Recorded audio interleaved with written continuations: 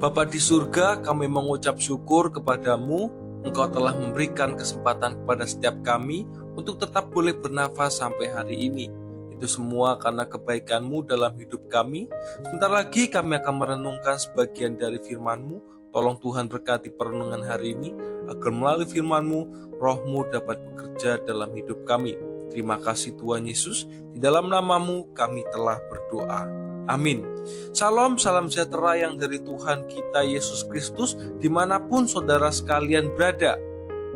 Hari ini kita sama-sama akan belajar sebuah tema yang berjudul iri hati, terambil dalam Kejadian 43 ayat 1 sampai 34. Namun kita akan membacakan ayat yang ke-8 sampai 10. Demikian firman Tuhan.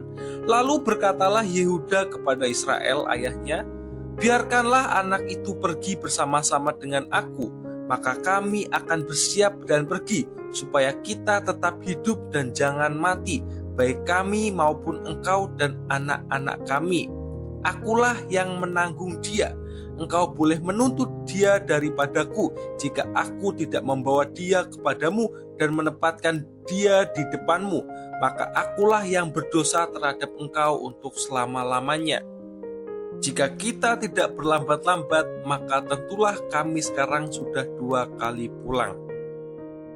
Saudara sekalian, setiap orang pernah jatuh dalam kesalahan yang sama, baik dalam suatu kesempatan ataupun dalam sebuah tekanan.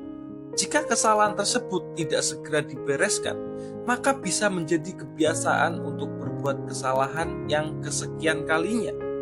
Dalam pembacaan kita hari ini, menceritakan keadaan keluarga Yakub yang sedang dilanda kelaparan yang sangat hebat. Mereka terpaksa kembali ke negeri Mesir untuk membeli bahan makanan supaya mereka dapat bertahan hidup. Namun yang menjadi masalah adalah penguasa Mesir waktu itu, yaitu Yusuf, memerintahkan kepada saudara-saudaranya jika hendak kembali ke Mesir harus membawa Benyamin adiknya yang seibu. Karena saudara-saudaranya belum mengenal Yusuf pada waktu itu, membuat mereka ketakutan untuk kembali ke sana membawa Benyamin. Ketakutan tersebut didasari bahwa Yakub sangat lebih mengasihi Benyamin daripada anak-anak yang lain. Bahkan untuk pergi ke Mesir bersama dengan Benyamin, Yakub tidak mengizinkan. Karena begitu takutnya terjadi apa-apa pada Benyamin, seolah-olah lebih rela kehilangan anak-anak yang lain daripada anak kesayangan tersebut. Dalam hal ini mengingatkan kembali anak-anak Yakub yang lain bahwa ayahnya hanya mengasihi Yusuf, bahkan memberikan jubah yang bagus bagi Yusuf. Hal tersebut membuat kesal hati saudara-saudaranya kepada Yusuf, sehingga membuat Yusuf dijual oleh mereka ke Mesir. Namun saudara sekalian, reaksi anak-anak Yakub yang lain tidak lagi sama seperti dulu ketika masih bersama-sama dengan Yusuf. Mereka tidak lagi merasakan iri hati sama seperti dulu. Mereka telah belajar bahwa iri hati semacam itu tidak ada gunanya lagi.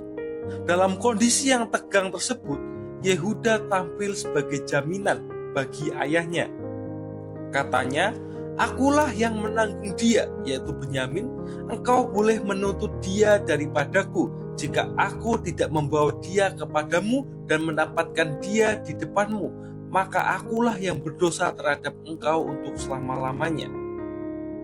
Demi kepentingan keluarganya, agar tidak mati kelaparan dan bisa membeli bahan makanan di Mesir, Yehuda tampil sebagai jaminan keselamatan Benyamin. Jika anak itu tidak kembali, Yakub boleh menuntut balas kepada Yehuda. Yehuda rela mengorbankan dirinya sebagai jaminan atas keselamatan Benyamin. Yehuda dan yang lain bisa saja merasakan iri hati kepada Benyamin, namun itu yang tidak dilakukan oleh mereka. Yehuda lebih memikirkan keselamatan keluarga besarnya daripada dirinya sendiri. Saudara sekalian, apa yang dapat kita pelajari dari bagian firman Tuhan ini? Yehuda dan yang lain bisa saja mengambil sikap untuk jengkel dan tidak suka dengan Benyamin. Bisa saja mengambil sikap iri hati kepada Benyamin. Namun mereka lebih memilih untuk memikirkan kelangsungan hidup mereka bersama daripada memilih untuk iri hati. Yehuda tampil sebagai jaminan untuk keselamatan Benyamin, supaya Benyamin bisa dibawa ke Mesir dan kembali dengan membawa banyak bahan makanan. Terkadang di dalam suatu masalah yang datang membuat keluarga menjadi solid. Terkadang dengan adanya masalah, keluarga bisa menjadi saling berkorban dan saling mengasihi demi keutuhan keluarga. Oleh karena itu, saudara sekalian, apapun kesalahan kita yang membuat keluarga kita saling membenci satu sama lain dan tidak mengasihi satu sama lain, jangan sampai terjadi lagi. Ketika Tuhan izinkan masalah datang, sebenarnya Tuhan inginkan kepada setiap anggota keluarga supaya saling mengasihi satu sama lain dan saling berkorban untuk yang lain. Itulah yang diajarkan Tuhan Yesus kepada kita, untuk saling mengasihi dan saling menolong. Maka tidak ada tempat lagi untuk kita iri hati kepada orang yang lain. Amin untuk firman Tuhan.